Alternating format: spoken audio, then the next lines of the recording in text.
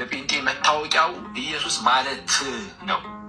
የክርስቲያን መታወቂያው ግን ኢየሱስን ራሱን መምሰል ነው። የሚሰብከው ስለ ኦርቶዶክስ ነው። የሚሰብከው ስለ ታቦተ ጽዮን ነው። ስለ ቅዱስ ጊዮርጊስ ነው የሚሰብከው። ዛሬም በልጇ በወዳጇ ፊት ታሳስብልናለች። ሰላም ውዶች እንዴት ናችሁ? የጌታ ጸጋና ሰላም ከሁላችን ጋር ይሁን። ይህን ወንድማችን እንደሰማችሁት የጴንጤ መታወቂያው ክርስቶስ ማለት ነው አለ። ከዛ ቀጥሎ ደግሞ የክርስቲያን ግን መታወቂያው ማለት ኦርቶዶክሳዊ የሆነውን ነገር ሊያቀርብልን ሞከረ። እንስማማለን። የክርስቲያን መታወቂያው ኢየሱስ ክርስቶስን መስበክና መኖር ነው።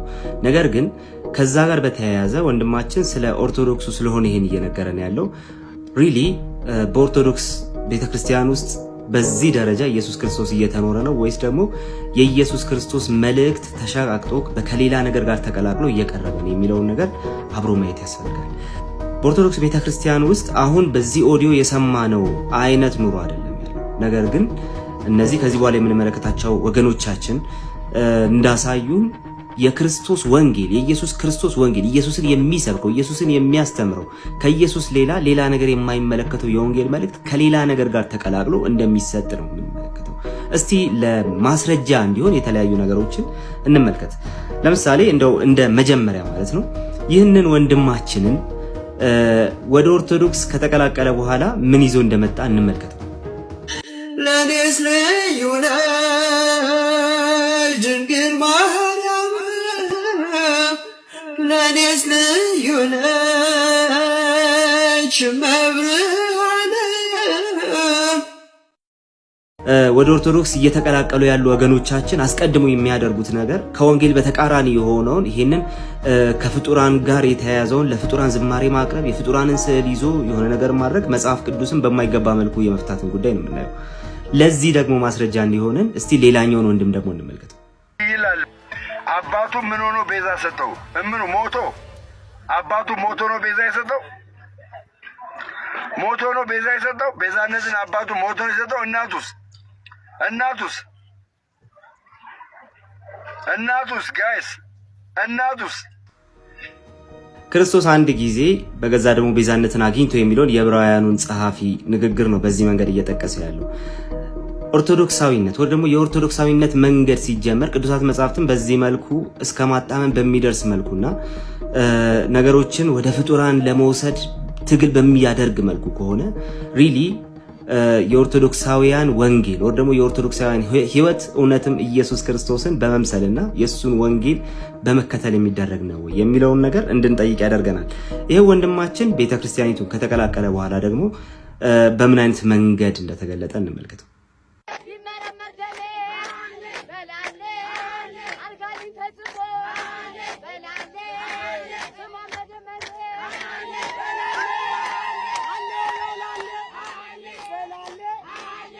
እንግዲህ በዚህ ላይ እንደተመለከታችሁት ነው ኦርቶዶክሳዊነት ትክክለኛውን የኢየሱስ ክርስቶስን ወንጌል ለኢየሱስ ክርስቶስ የመገዛትን ነገር ለፍጡራን ከሚደረግ መገዛት ጋር ይህ መጽሐፍ ቅዱሳዊ ከሆነና የመጀመሪያ ቤተክርስቲያን ያልተለማመደችው አይነት ለፍጡራን ከሚደረግ መገዛት ጋር የተቀላቀለ እንጂ ኢየሱስ ክርስቶስን ሪሊ የሚኖር አይደለም የምንልበት ምክንያት ወደዚህ ቤተክርስቲያን የተቀላቀሉ ወገኖቻችን የሚያደርጉት ይህ ድርጊት ነው። ለነገሩ መምህራኖቻቸውም ተመሳሳዩን ነገር ሲያስተምሩ ስለምንመለከት ብዙ ምንድንደንቅበት አይደለም። እስቲ ከዚህ ከቲክቶክ መንደር ወጣ እንበልና ደግሞ ወደ ዩቲዩብ እንሂድ። ዩቲዩብ ፕላትፎርም ላይ ወንድማችን ሐዋዝ ወደ ኦርቶዶክስ ቤተክርስቲያን ከተመለሰ በኋላ የሰጠው ቃለ መጠይቅ አለና ምን እንደተማረ ወደዛ ቤተክርስቲያን እንደገና ሲቀላቀል ምን እንደተማረ ይነግረናል። እስቲ ሰምተነው እንመለስ። ነገረ ቅዱሳን ስለ ቅዱሳን ምልጃ፣ ስለ መላእክት ተራዳኢነት፣ ከዛ በኋላም ደግሞ ስለ እናታችን ስለ እመቤታችን ስለ ቅድስት ድንግል ማርያም በሷ በኩል ደግሞ እግዚአብሔር ስላደረገልን ነገር ስለነዚህ በደንብ የተወደዱ የትምህርት ጊዜያትን አሳልፈ እንደሰማችሁት በቤተክርስቲያኒቱ ውስጥ ወደ ቤተክርስቲያኒቱ ለመቀላቀል መንገድ በጀመረበት ጊዜ የተማራቸው ትምህርቶች እንደው ክርስቶስ ተኮር ብቻ ሳይሆኑ አሁን ቪዲዮ ላይ እንደሰማችሁት ፍጡራን ተኮርም የሆኑ ናቸው። እንደው የቅዱሳን ተራዳይነት የእመቤታችን ተራዳይነት ምናምን በሚል ሲገልጣቸው እንመለከታለን። እንግዲህ ኦርቶዶክሳዊነት ወይ ደግሞ ወደዚህ ወደ ኦርቶዶክስ ቤተክርስቲያን የተቀላቀሉ ወገኖቻችን የሚያደርጉት ነገር ሪሊ ወንጌል ላይ ብቻ ያተኮረ ነው ወይስ ደግሞ ከወንጌል በተቃራኒው መጽሐፍ ቅዱሳዊ በሆነ ልምምድ ጭምር የታጀበ ነው ብለን ስንጠይቅ የምናገኘው ምላሽ ያሳየናል። ነገር ግን በዚህም አያቆምም። ወንድማችን ወደዚህ ቤተክርስቲያን መቀላቀል ምን ማለት እንደሆነ ደግሞ በዚህ መንገድ ይነግረናል። ስለዚህ እመቤታችን ቅድስት ድንግል ማርያም በእውነት በዶኪማስ ጓዳ እንዲያ ጌታችን መድኃኒታችን ኢየሱስ ክርስቶስ የመጀመሪያ የሆነውን ድንቅና ተአምራቱን የገለጠበት ላይ ሄዳ ለልጇ ያሳሰበችው የነገረችው እርሷ ናት። ዛሬም በእኛ ህይወት ላይ የጎደለንን ያነሰንን በእኛ ህይወት ላይ መንፈሳዊ ጉድለት ሲገጥመን መንፈሳዊ ዝለት ሲገጥመን በእውነት እመቤታችን ቅድስት ድንግል ማርያም በጌታችን በመድኃኒታችን በኢየሱስ ክርስቶስ ምክንያት ያገኘናት ገጸ በረከታችን ናትና ዛሬም በልጇ በወዳጇ ፊት ታሳስብልናለች።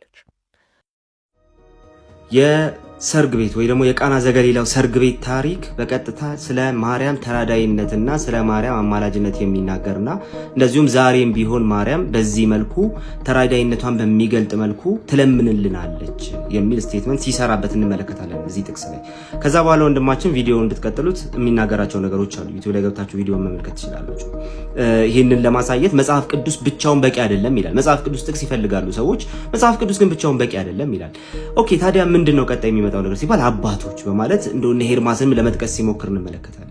ይሄንን ጥቅስ ተጠቅሞ ግን ወደ ማርያም ስለ መጸለይ ያስተማረ ሐዋርያ ናቡ ሊገኝ አይችልም። በመጀመሪያ ቤተክርስቲያን ያልተደረገ የሌለ ትምህርት በመጽሐፍ ቅዱስ የሌለ ትምህርት እንደሆነ እየተማረ የነበረው ወደ ቤተክርስቲያኒቱ ሊቀላቀል ሲል ከዚህ መመልከት እንችላለን። ስለዚህ አሁንም የኢትዮጵያ ኦርቶዶክስ ተዋሕዶ ቤተክርስቲያንን እውነተኛ ቤተክርስቲያን ናት ብለው የሚቀላቀሉና ወንጌልን ትኖራለች ብለው መጀመሪያ ባያችሁት አይነት ስብከት ቤተክርስቲያኒቱን የሚቀላቀሉ ሰዎች ከወንጌል ጋር የተቀላቀለ ሌላ ባዕድ ወንጌልና ኪዳን ጭምር እንደሚቀበሉና ያንን ለማድረግ እንደሚገደዱ በዚህ መመልከት ትችላላችሁ ማለት ነው። እነዚህን ከተመለከትን በኋላ ደግሞ አንድ ነገር እንመልከት። እሱ ምንድነው? አንድ የኦርቶዶክስ ቤተክርስቲያን መምህር ሊቅ ብፁዕ አቡነ ኤልያስ የተባሉት ሊቅ ለዶክተር ወዳጄነህ ያደረጉትን ጥሪ ነው። በዚህ ጥሪ ላይ እንደምትመለከቱት እንግዲህ ከዚህ ቀጥሎ ኦርቶዶክስ ማንን ነው የምትሰብከው ለሚለው ጥያቄ በቂ የሆነ መልስ እኚህ የቤተክርስቲያን አባት ይሰጡናልና እስቲ እንመልከታቸው። ዶክተር ወዳጄነህ ታውቁታላችሁ። ለምን የሚሰብከው ኦርቶዶክስ ነው? ለምንድን ነው ወደዚህ የማይመጣው? በጣም የሚሰብከው ስለ ኦርቶዶክስ ነው። የሚሰብከው ስለ ታቦተ ጽዮን ነው። ስለ ቅዱስ ጊዮርጊስ ነው የሚሰብከው። ስለ ቅድስት አርሴማ ነው የሚሰብከው። መምጣቱ አይቀርም፣ ቶሎ መምጣት። የምታገኙ ሰው ነገሩ ጥሪ አድርጓል። የአርባ ምንጩ ሊቀ ጳጳስ በሉና ነገር እንደሰማችሁት የአርባ ምንጩ ሊቀ ጳጳስ ጥሪ አድርገዋል እና የሚሰብከው አርሴማን ነው፣ የሚሰብከው ጊዮርጊስን ነው፣ የሚሰብከው ታቦተ ጽዮን ነው አሉና ስለዚህ ኦርቶዶክስን ነው የሚሰብከው አሉ። ስለዚህ ኦርቶዶክስ የምትኖረው ኑሮ ትክክለኛው ኢየሱስ ክርስቶስ ላይ ብቻ ያማከለ ሳይሆን ከዛ ጋር በተያያዘና በተቀላቀለ መልኩ ለፍጡራን የማይገባውን አይነት ክብር ከመስጠት ጋርም ጭምር የተገናኘ ያ ማለት ደግሞ ባዕድ የሆነ ኪዳን ልዩ የሆነ ወንጌል ጭምር በተቀላቀለበት መልኩ ነው ወደ ኦርቶዶክስ የሚቀላቀሉ ሰዎች የሚቀበሉት የወንጌል ትምህርት እንጂ ሪሊ እውነተኛውን የኢየሱስ ክርስቶስን ወንጌል አይደለም። የሮሜ መልእክቱ ላይ ሐዋርያው ጳውሎስ ሲነግረን እንደው መግቢያው ላይ ሲነግረን ለዚህ ወንጌል ተለይቻለሁ ማለት ከተናገረ በኋላ እንደዚህ ይለናል። ይህም ወንጌል በስጋ ከዳዊት ዘር ስለተወለደ እንደ ቅድስና መንፈስ ከሙታን መነሳት የተነሳ በኃይል የእግዚአብሔር ልጅ ሆኖ ስለተገለጠ ስለ ልጁ ነው ይላል። ወንጌል ስለ ልጁ ነው። ወንጌል ስለ ኢየሱስ ክርስቶስ ነው እንጂ ወንጌል አሁን ባየናቸው መልኩ ለፍጡራን ዝማሬና ስብከት እንደዚሁም ደግሞ ጸሎት ስለማቅረብ አይደለም።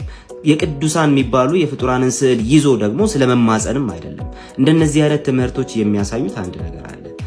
በኢትዮጵያ ኦርቶዶክስ ተዋሕዶ ቤተክርስቲያን ወይ ደግሞ በኦርቶዶክስ ቤተክርስቲያን ውስጥ ያለው ወንጌል የተሸቃቀጠ ወንጌል የመሆኑን ጉዳይ በደንብ ያሳያል፣ ወይ ደግሞ የተቀላቀለ ወንጌል የመሆኑን ጉዳይ በደንብ ያሳያል።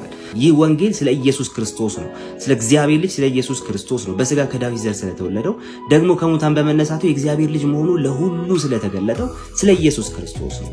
ስለዚህ ወንጌል ስለ ኢየሱስ ክርስቶስ ከሆነ እናንተ እየሄዳችሁ ያላችሁበት መንገድ ትክክል አይደለም። ስለዚህ ይህንን የወንጌል ጥሪ እንድትቀበሉን አደራ እንላችኋለን። እኔ ፕሮቴስታንት መሆኔን የምወድበት ትልቁ ምክንያቴ ኢየሱስ ክርስቶስን በሙላት እንድኖረው ያስችላል።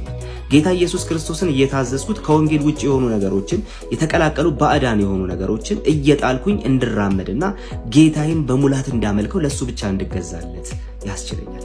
ስለዚህ ይህንን ጌታ እንድትቀምሱት፣ ወደዚህ ጌታ እንድትመለሱ፣ ወደ እቅፉ እንድትመጡና ጌታ ኢየሱስ ክርስቶስን ብቸኛው አዳኛችሁና ጌታችሁ አድርጋችሁ እንድትኖሩት ይህንን የወንጌል ጥሪ እናቀርብላችኋለን። የጌታ ጸጋና ሰላም ከሁላችን ጋር